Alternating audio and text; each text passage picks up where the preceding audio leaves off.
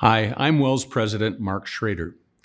Back in the year 1850, a small group of Lutherans from just a handful of churches gathered in Milwaukee, Wisconsin, to establish what we later called the Wisconsin Evangelical Lutheran Synod. Now, this upcoming year, in 2025, our synod will be celebrating its 175th anniversary. That's 175 years of God's grace and 175 years of Christ through us.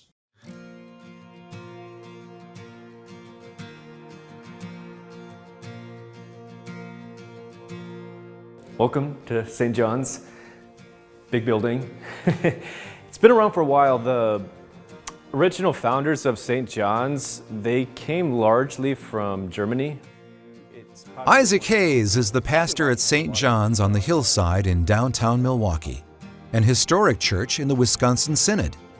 The two in particular that I will point out here are pastor President Johannes Bading, and then also Pastor President John Brenner. These were two of our Synod's presidents, as well as I believe Streisguth was also a synodical president in our history too. So St. John's also has the nickname of the Church of Presidents. Well, that's the reason why. Since being called to St. John's a few years ago, Pastor Hayes has looked into the congregation's nearly 2 centuries of history. But he wouldn't consider himself a historian or even a history lover. But the things that I would be geeking out about is, whoa, there's something to learn here. What is this all about? Why is this here? Why is this so beautiful? Or what's the purpose behind why this was built the way it is? Or what's the symbol behind this piece of art or piece of structure on a building, whatever it may be? You can seat 1,100 people in this space. And so that really communicates to me, wow, they really want a lot of people to come and gather and hear about Jesus.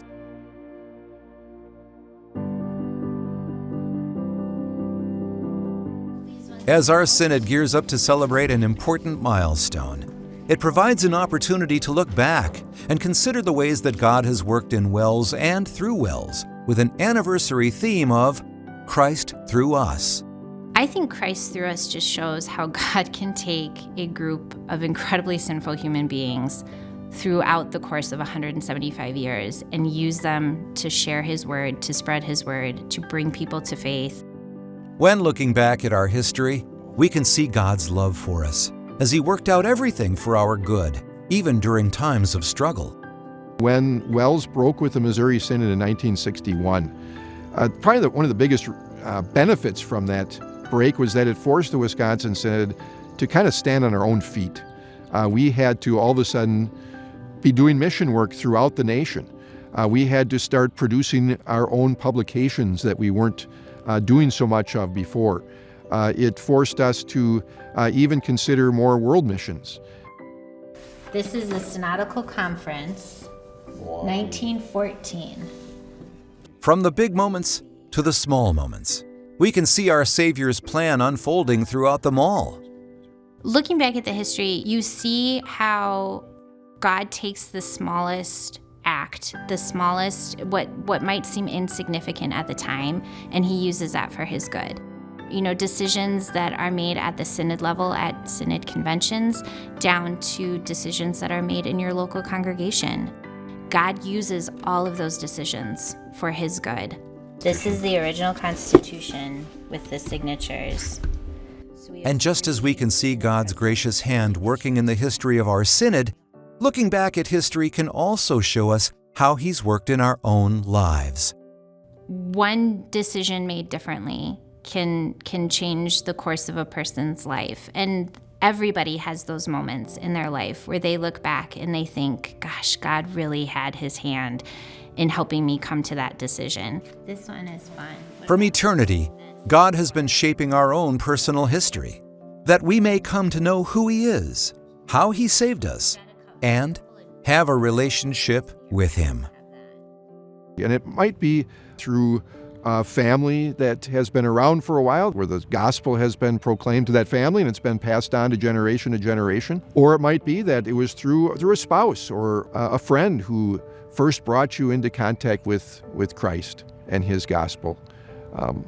God worked, and you kind of think of all the different ways that it had to happen so that you came into contact with the gospel. For me, it's really important to look back and learn. Now, there's a difference between looking back and learning and looking back and staying there. I can't stay in the past. If I stay in the past, well, then nothing gets done in the present. And when we prayerfully ask him to give us that guidance, there's no telling what he can do.